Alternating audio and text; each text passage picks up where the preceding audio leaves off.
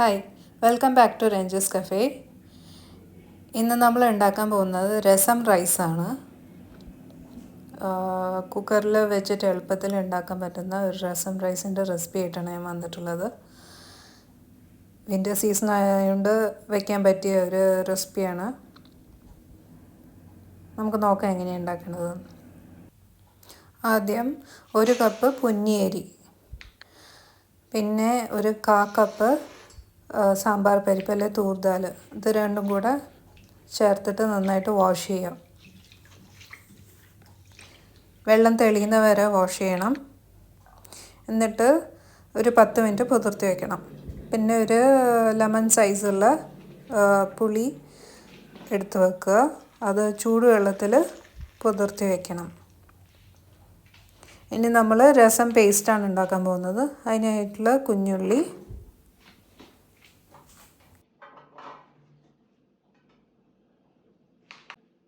പിന്നെ വെളുത്തുള്ളി ഒരു 5-10 എണ്ണം, പിന്നെ ഒരു 4 പച്ചമുളക്,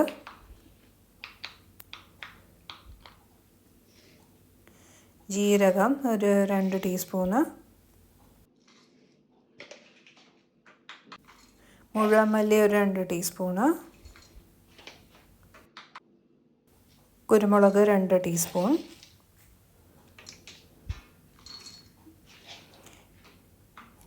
പിന്നെ കുറച്ച് കറിവേപ്പില, ഇതൊക്കെ കൂടെ ഇട്ടിട്ട് നന്നായിട്ട് അരച്ചെടുക്കുക. ഇനി നമ്മളൊരു കുക്കർ ചൂടാക്കും. അതിലേക്ക് 1 ടേബിൾ സ്പൂൺ വെളിച്ചെണ്ണ ഒഴിക്കും. പിന്നെ അത് ചൂടാകുമ്പോൾ കടുക് പൊട്ടിക്കും.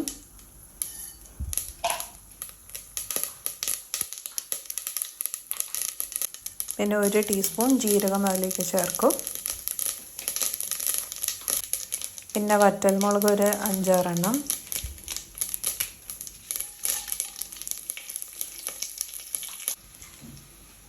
പിന്നെ കുറച്ച് കറിവേപ്പില,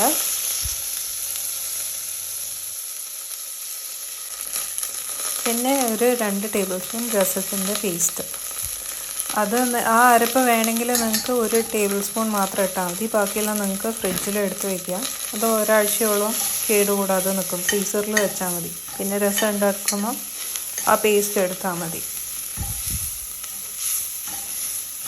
ഈ പേസ്റ്റ് മൂത്ത് വരുന്നവരെ ഒന്ന് നന്നായിട്ട് ചൂടാക്കുക. മീഡിയം ഫ്ലെയിമിൽ വെച്ചിട്ട് വേണം ഇത് കുക്ക് ചെയ്തെടുക്കാൻ. എൻ്റെ പച്ചമണം മാറി. ഇനി നമുക്ക് തക്കാളി ചേർക്കാം. ഞാൻ 2 തക്കാളി എടുത്തിട്ടുള്ളത്. നമുക്ക് പുളി അനുസരിച്ചിട്ട് തക്കാളി ചേർക്കാം. വേണേൽ 1 തക്കാളി മാത്രം മതി.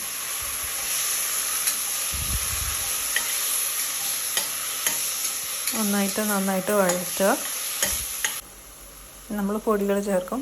ആദ്യം ഉപ്പ് ചേർക്കും, പിന്നെ മഞ്ഞൾപ്പൊടി, പിന്നെ ഒരു നിറത്തിന് വേണ്ടിയിട്ട് കാശ്മീരി ചില്ലി ഒരു 1/2 ടീസ്പൂൺ ചേർക്കും, പിന്നെ സാമ്പാർ പൊടി കുറച്ച്. ഇതൊക്കെ കൂടിയിട്ട് നന്നായിട്ട് വഴറ്റുക. പിന്നെ കായത്തിൻ്റെ പൊടി അത് അത്യാവശ്യം ഇട്ടുള്ളൂ. കൂടി നന്നായിട്ട് വഴറ്റുക. എന്നിട്ട് നമ്മൾ കുതിർത്തി വെച്ച അരിയും പരിപ്പും കൂടിയിട്ടുള്ളത് ഇടുക. എന്നിട്ട് നന്നായിട്ട് മിക്സ് ചെയ്യുക. പിന്നെ ആവശ്യത്തിനുള്ള വെള്ളം, ഞാൻ 4 കപ്പ് വെള്ളം ചേർത്തിട്ടില്ല. എന്നിട്ട് ഒരു 4 വിസിൽ വരുന്നവരെ കുക്ക് ചെയ്യുക. അപ്പം നമ്മുടെ രസം റൈസ് റെഡിയായി.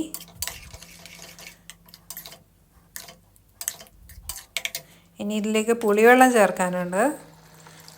അവസാനമാണ് ഞാൻ പുളിവെള്ളം ചേർക്കുന്നത്. പുളിവെള്ളം ചേർത്തിട്ട് ഒരു 5-10 മിനിറ്റ് ബോയിൽ ചെയ്യുക. നമുക്ക് വേണ്ടുന്നത്ര വെള്ളം അതിലേക്ക് ഒഴിക്കാം. നന്നായിട്ട് കുറുകി വരും. അപ്പം വെള്ളം വേണ്ട ആൾക്കാർ കുറച്ച് വെള്ളം ആഡ് ചെയ്തിട്ട് ബോയിൽ ചെയ്യാം.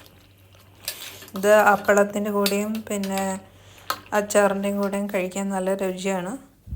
പിന്നെ മല്ലിച്ചപ്പ് ചേർക്കാം നമുക്ക് അവസാനമായിട്ട് ഗാർണിഷ് ചെയ്യാം. അപ്പം ഇത് അപ്പളത്തിൻ്റെ കൂടെ അച്ചാറിൻ്റെ കൂടെ സെർവ് ചെയ്യാം. എല്ലാവരും ട്രൈ ചെയ്തൊക്കെ ഈ recipe. Please like, subscribe and comment and share. Thank you for watching.